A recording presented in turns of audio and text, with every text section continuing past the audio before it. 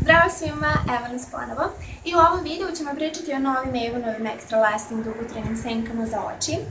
Kao što ste vidjeli u katalogu ima 5 nijansi, a ja sam naručila jednu koja se zove Totally Taupe. I boja je jako neobična, znači opisala bih je kao neku sivkasto-brownkastu, ali je jako prirodna kao što možete vidjeti na slikama. Međutim, nisam nešto oduševljena. Ovo je prva senka takvog tipa koju sam nikada probala i namenjena je kao bazu za druge senke. Ja je nisam tako probala, već sam je koristila samostalno. Znači traje jako dugo, ali dosta gubi na intenzitetu nakon nekoliko sati. I ono što mi se nije sviđalo je kada sam stavila maskaru na trepavice nakon nošenja, tipa posle jedno 20 minuta i kako god stavljam maskaru uvek se umažem tu i onda sam prošla štapićem za uši da skinem ostatak maskare, skinuo se i taj površinski sloj senke i taj šimer i onda sam posle morala opet da nanesem, ali to je izgledalo sve onako zbrčkano, imalo je nabore, kao što ćete vidjeti na slikama. Dakle, slike s očeva možete vidjeti na mom blogu.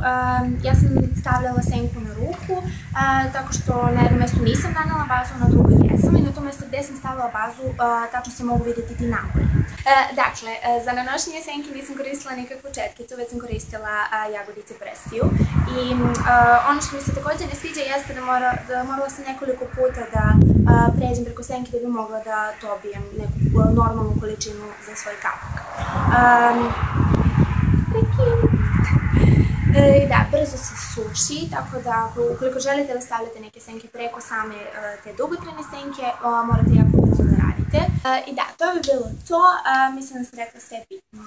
Što se tiče toga da li bih naručila opet, verovatno ne bi, zato što mi se ne sviđa toliko efekat. I ostale boje mi ne trebaju toliko, ne sviđa mi se toliko. I znači sve ukupno ocena za ovaj proizvod je 3 od 5. Dakle, lepo je boja, lepo je za dnevnu varijantu, ali još uvijek ne znam kako bi to izgledalo sa ostalim senkama. Pretpostavljam da ne bi izgledalo lepo jer se jako brzo suši. I to je to. Nemojte zaboraviti da se subscribe-ujete, da lajkujete ovaj video, da me pratite na Instagramu, na Facebooku i također i na blogu na kome još jednom ponavljam možete vidjeti sve slike ovog proizvoda. Vidimo se uskoro, ćao!